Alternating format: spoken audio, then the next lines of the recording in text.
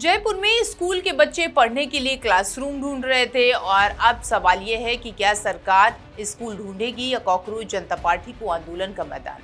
रामपुरा कमरपुरा के सरकारी स्कूल की बदहाली देखने सीजेपी के कार्यकर्ताओं के साथ कथित मारपीट और पथराव के बाद से जो संस्थापक थे यानी अभिजीत दीपके ने राजस्थान सरकार को 48 घंटे का अल्टीमेटम दे दिया है। दीपके का कहना है उन्हें अपनी मांगे मनमानी है, जयपुर को दूसरा जंतर मंतर वो बना देंगे। यहाँ तक सवाल सिर्फ जयपुर का नहीं है, क्योंकि अगर स्कूल की बदहाली दिखाने पहुंचे लोगों के साथ इस तौर पर व्यवहार होता है तो फिर देश के बाकी राज्यों में सरकारी स्कूलों के हालात दिखाने की हिम्मत कौन करेगा। सवाल ये भी है।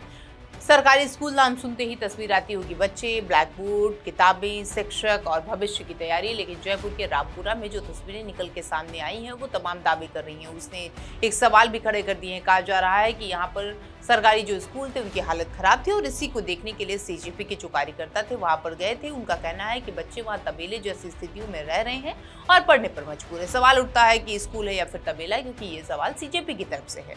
क्लासरूम है या मजबूरी का कमरा है, और अगर बच्चे पढ़ने के लिए ऐसी जगहों पर बैठेंगे तो सरकार की स्कूल चलो वाली मुहिम का आखिर क्या होगा। ये तमाम सवाल, तमाम आरोप सीजेपी के कार्यकर्ताओं की तरफ से लगाने गए हैं। इसी बदहाली को देखने के लिए कॉकरोच जनता पार्टी ने बीते दिन एक अभियान की शुरुआत की और उसी के सह संयोजक आशुतोष रांका और उनकी टीम वहां पर जांच पड़ताल के लिए पहुंच गई। बताया गया कि सीजेपी ने स्कूल ठीक करो अभियान के तहत स्कूल का निरीक्षण किया, लेकिन स्कूल की हालत देखने पहुंचे कार्यकर्ताओं के सामने एक और मुसीबत आ गई। सीजेपी का आरोप है कि बीजेपी से जुड़े लोगों ने उनके कार्यकर्ताओं पर पथराव किया, गाड़ियों में तोड़फोड़ की और मारपीट की। हालांकि पुलिस और स्थानीय जो प्रशासन है उसका पक्ष अलग है। प्रशासन के मुताबिक मामला ग्रामीणों और कार्यकर्ताओं के बीच में आपसी झड़प का था, यानी एक तरफ आरोप है कि हमला हुआ, दूसरी तरफ प्रशासन कह रहा है कि मामला आपसी विवाद का था। अब सच क्या है कि ये जांच पड़ताल में निकलकर सामने आएगा, कार्रवाई होगी और इसके बाद से तस्वीरें साफ हो पाएंगी। लेकिन इस पूरे मामले में एक सवाल जरूर खड़ा कर दिया है कि अगर कोई सरकारी स्कूल की बदहाली देखने चाहे तो क्या उसके पास वो तमाम परमिशन होनी चाहिए जिसकी ज़रूरत वहाँ पर पहुँचती है, जिसकी ज़रूरत वहाँ पर लगती है। क्योंकि लोकतंत्र में सरकार से सवाल पूछना अच्छी बात है, लेकिन आपको कानून हाथ में लेना नहीं चाहिए। अगर सीजेपी के कार्यकर्ताओं पर सचमुच वहाँ पर हमला हुआ है, क्योंकि जो तस्वीरें निकल के सामने आई वो वाकई में दिखा रही है कि सीजेपी के जो कार्यकर्ता थे उन पर हमला हुआ और इसी को लेकर के अब जयपुर में क्रॉस एफआईआर हो गया। क्रॉस एफआईआर में ये कि ग्रामीणों की तरफ से एफआईआर दर्ज कराया गया है सीजेपी वालों पर, और सीजेपी वालों की तरफ से एक एफआईआर दर्ज कराया गया है ग्रामीणों और तमाम कार्यकर्ताओं को लेकर। जिम्मेदार लोगों पर कार्रवाई होनी चाहिए, ये भी यहाँ पर कहा जा रहा है। और अगर मामला आपसी झड़प का था तो उसकी निष्पक्ष जांच भी होनी चाहिए।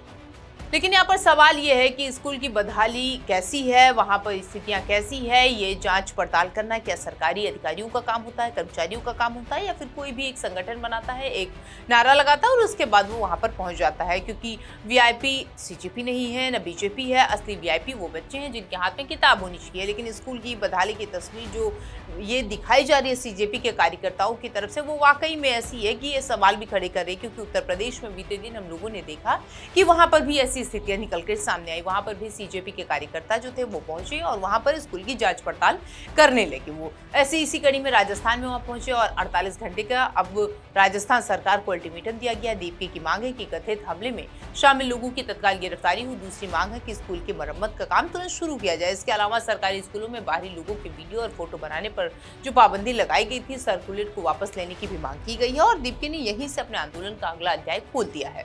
उनका कहना है कि अगर 48 घंटे के अंदर कार्रवाई नहीं हुई तो जयपुर आएंगे और स्कूल के सामने धरने पर बैठेंगे। Hello everyone. अभी हमने थोड़ी देर पहले देखा कि कैसे आशु और उनकी टीम को बीजेपी के गुंडों ने मारा और पीटा। और ये गुंडागर्दी क्यों हुई? क्योंकि एक भैंस के तबेले में बच्चों को पढ़ाया जा रहा था, जिसका एक्सपोज आज आशु करने वाला था।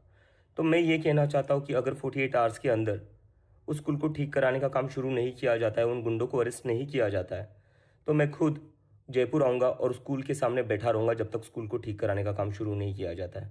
और आप सभी लोगों से भी मैं रिक्वेस्ट करता हूँ, अगर ये लोग हमारी बात नहीं मानते तो आप सभी लोग आइए जयपुर, और हम जयपुर में वैसे ही बैठेंगे जैसे हम जंतर मंतर पर बैठे हुए थे और पीछे नहीं हटेंगे।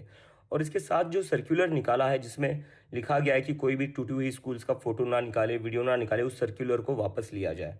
और बीजेपी वालों से मैं खास करके कहना चाहता हूँ, हम पर चाहे जितने अटैक कर लो, चाहे जितने हमले कर लो, लेकिन हम पीछे नहीं हटेंगे। We are not going to back off. School तो हम ठीक करा कर ही रहेंगे। इतना ही नहीं, उन्होंने जयपुर को दूसरा जंतर मंतर बनाने की चेतावनी भी दी है। यानी अब जयपुर की सियासत में नया सवाल है, जंतर मंतर दिल्ली में ही क्यों। दीपिका का कहना है कि देश भर के युवाओं को जयपुर बुलाया जाएगा और बड़ा आंदोलन किया जाएगा। अब यहाँ दीपिका के प्रदर्शन को सिर्फ एक राजनीतिक स्टंट मानकर खारिज कर देना भी आसान रास्ता नहीं है, क्योंकि अगर किसी सरकारी स्कूल में हालत वास्तव में खराब है तो वहाँ के अधिकारियों की जिम्मेदारी है कि उसको जाएं, देखें और समझें। उसको मारपीट करना किसी भी समस्या का समाधान नहीं। लोकतांत्रिक तरीके से प्रदर्शन करना जरूरी दिखाई देता है ताकि मुद्दा दबने के बजाय सार्वजनिक रूप से और बहस का केंद्र हो। लेकिन इसके साथ ये भी जरूरी है कि प्रदर्शन का मतलब अराजकता नहीं है, आंदोलन का मतलब कानून हाथ में लेना नहीं है और सरकार से सवाल का मतलब सरकारी संपत्तियों को नुकसान पहुंचाना भी नहीं है। लोकतंत्र में सबसे मजबूत हथियार आवाज है, पत्थर नहीं है। अब जरा सोचिए, अगर आज जयपुर में स्कूल की बदहाली दिखाने वालों को इस तरीके से डराया धमकाया जा रहा है, जिस तरीके से आरोप लगाए हैं, तो फिर बाकी की जगहों पर क्या होगा? दूसरे गांव में कौन कैमरा लगा कर जाएगा? और अगर दूसरे राज्यों में भी यही माहौल है तो वाकई में ये स्थितियां ठीक नहीं है। सरकारी जो कर्मचारी हैं उनको इसको देखना चाहिए, विवाद ना बढ़े इसलिए उनको इन चीज़ों की समस्याओं को देखना चाहिए और उसका समाधान भी निकाल देना चाहिए। क्योंकि जब स्कूल चमकेगा तो फोटो भी चमकेगी और जब फोटो चमकेगी तो बच्चे का भविष्य भी चमकेगा। यही इस पूरे विवाद का सबसे बड़ा व्यंग रहा है। सरकारें अक्सर स्कूलों की कमरों को गिनती हैं, उनको साफ सुथरा कराती हैं, लेकिन कुछ तस्वीरें ऐसी भी निकल के सामने आती हैं जहां पर बजट कहीं ना कहीं गिरता हुआ नजर आता है, इमारतों गिरती हुई नजर आती हैं, लेकिन बच्चे किस हालत में बैठकर वहां पर पढ़ रहे हैं। सवाल ये भी है, सवाल अक्सर गिद्दी से छूट जाता है और जब कोई बाहर से जाकर उस हालात को दिखाता है तो कहीं ना कहीं उस पर भी ये स्थितियां बनती है। लेकिन सवाल इसके के साथ ये भी है कि क्या सीजेपी के जो कार्यकर्ता है, अभिजीत दीप के जो फाउंडर हैं सीजेपी के, वो सिर्फ बीजेपी शासित राज्यों में जाना चाहते हैं? क्या पंजाब जैसे राज्यों में जहां पर विपक्षी दलों की सरकार है, क्या वहां पर वो नहीं जाना चाहते हैं? क्योंकि जितनी भी जगह, चाहे उत्तर प्रदेश हो या फिर राजस्थान हो, जितनी भी जगह पर वो पहुंच रहे हैं वहां पर यही स्थितियां निकल कर सामने आ रही है कि वो सिर्फ और सिर्फ बीजेपी शासित राज्यों को घेरने की कोशिश कर रहे हैं। ट्रांसपेरेंसी और जवाबदेही भी लोकतंत्र का हिस्सा है,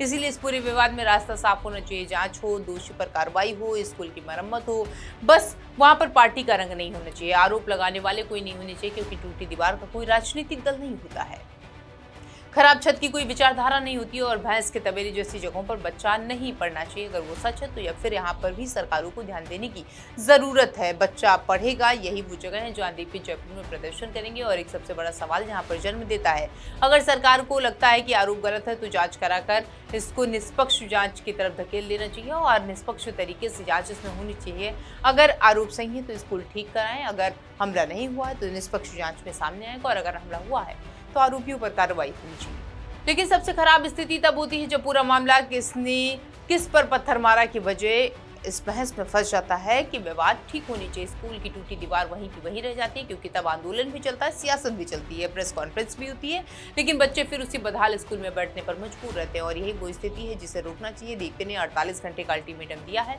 अब गेंद राजस्थान सरकार के पाले में है। सरकार के पास दो रास्ते हैं, पहला ये कि आरोप प्रत्यारोप में उलझना, दूसरा जांच कराना, कार्रवाई करना और स्कूल को ठीक कराना। दूसरा रास्ता ज्यादा मुश्किल नहीं है, बस इच्छा शक्ति होनी चाहिए, क्योंकि अगर सरकार स्कूल ठीक कर देती है तो सीजेपी के आंदोलन की जमीन पर कमजोर हो जाएगी, लेकिन अगर स्कूल वैसे ही पड़ा रहा तो कार्रवाई भी नहीं होगी और दीपिका का आंदोलन सिर्फ जयपुर तक सीमित नहीं रहेगा। इसकी गारंटी कौन देगा? और यही वजह है कि दीपिका जयपुर में प्रदर्शन करना उनके लिए राजनीतिक रूप से भी जरूरी है, क्योंकि जयपुर में आवाज नहीं उठी तो कल दूसरे राज्यों में भी यही स्थितियां देखने को मिल सकती हैं। कल हो सकता है कि किसी और राज्य में सीजेपी के कार्यकर्ता वहां पर पहुंचे, कानून को अपने हाथ में लेते हुए स्कूल को ठीक करो अभियान के तहत वो बाकी के जगहों पर पहुंचे और सुरक्षित और बेहतर क्लासरूम में बैठने की बात करें। और यहाँ पर ये भी समझना जरूरी है कि जंतर मंतर वो कहीं पर भी बना सकते हैं, इसकी तरफ उनकी तरफ से ये कह दिया गया। लेकिन एक चीज और यहाँ पर अभिजीत दीपको को और उनके साथ जितने भी कार्यकर्ता हैं उनको समझना चाहिए कि क्या कानून को हाथ में लेना